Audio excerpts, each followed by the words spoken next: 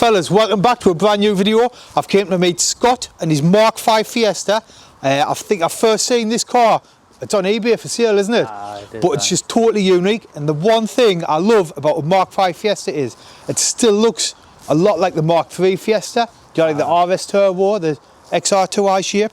But this one is quite different, isn't it, mate? A little bit. This one's got a Ford Racing Puma engine in, supercharged. What kind of power is it making, do you know?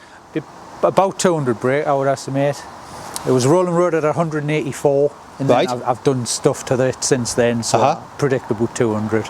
I was just saying off camera as well, I love your wheels and your tyre fitment. Tyres can literally make or break the wheels, but them tyres are absolutely just a mint fit.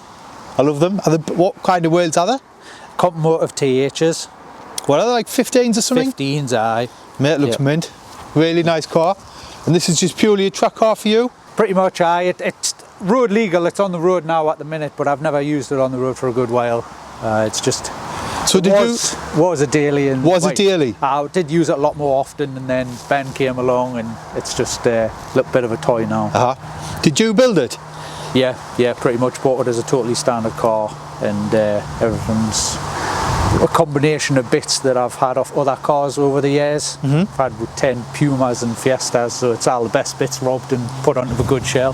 What did it start out as then? Like a 1.3? 1.25. 1.25. Is it on the logbook? It's a 17 on the book now, but it wasn't a Zetec S, nothing like that. No, they couldn't find a clean Zetec S. No, they never really made like a fast Mark V Fiesta, did they? Like the Zetec S was about the sportiest, you know. Yeah, they should have put the Puma in from standard, really. At the 1.7. Can we put the bottom of it and have a look? So this is a limited edition Ford Puma racing engine. Yep, basically there's not much difference. There's the inlet, the ECU and the cams is the difference. So we'll start from that, and then... Where's the charger then? The supercharger? Down the front, yeah. Is it a big one in... E45. Is that the size of it? Off a Merc? Yeah, Eaton E45. Can you buy a kit to fit it, or did you? No, everything's got to be custom. No one makes a kit for them. Did you custom fit it yourself then? Aye. Mint mate, mint. Yeah, everything's homemade. I love it. Honestly, if I had the space and the spare cash, I would have bought this. And just, because I've never had a track car, and I've wanted to get into like track.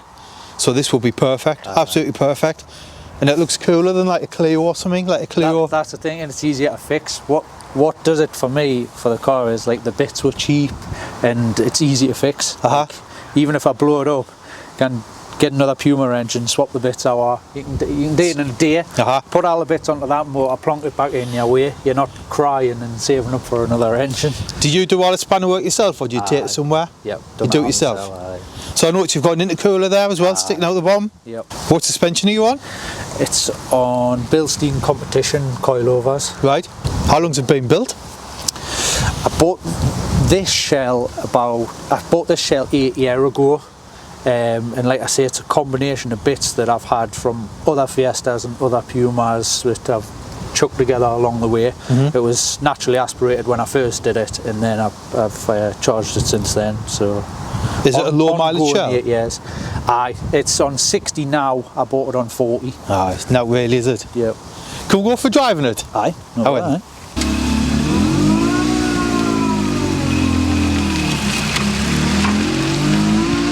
So what gearbox are you on? Are you on a Puma gearbox? Puma gearbox with a quaife diff. Limited slip diff? That made a massive difference. What, the diff? Have you done many track days with the car? 4. 4 in total?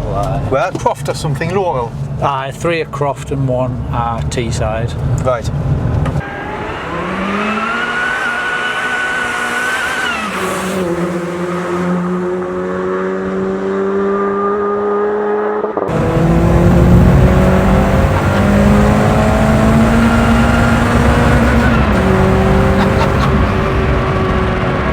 Well, man. Is that a 5-speed gearbox? Hands off the clock. It goes off the clock. It's got 140 on the clock.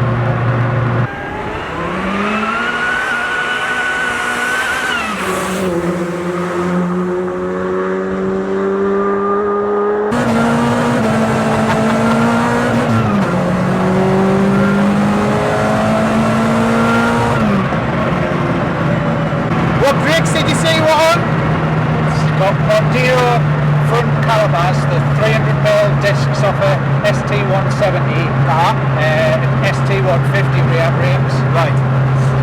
No ABS. No ABS. I looked for this shell when I was looking to reshell a no ABS one, because the ABS was shite on them. I wouldn't want ABS on something like this. It was on all the Zetec's as standard. Right. And it never worked well once you put different combinations of brakes. Is it not? Was it do like the back up before the front? A lot of people use the ST170 back discs, and I think they overpower the front. Right.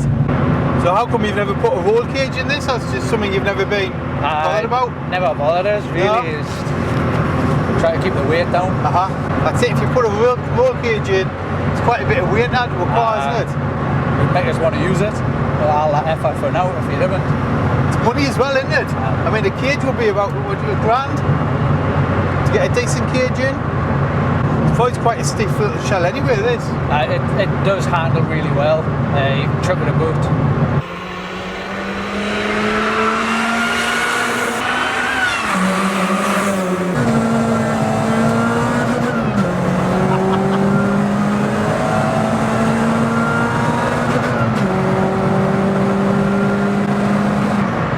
Yeah, it sounds mint as well, mine, doesn't it?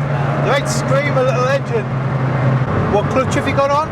Focus, larger Focus LUK clutch. Right. Is that a slightly upgraded clutch? It's bigger. Light flywheel and bigger clutch. It's never slipped. It's never slipped. Would the standard clutch slip with this kind of power? A little bit. What's standard power on a 1.7 engine? 125. 125, so you've put in the 75 brake.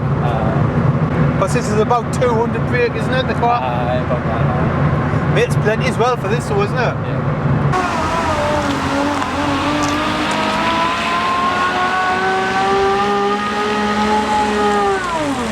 Cheers for that, Scott. The car is for sale, like I say. It's ending on eBay soon, you're not bothered if it sells well, yeah, you say you just keep it. Keep it stick in the garage next year. Right. But if you are interested in this in the car, like for sale, I'll leave a link. Have you got an Instagram? I haven't, no. No? No. Email address? I've got an email address. I'll leave a link to Scott's email address. But yeah, again, mate, thanks for taking us out. It's been a good spin. Spot on. See you on the next one, fellas, and thanks for watching.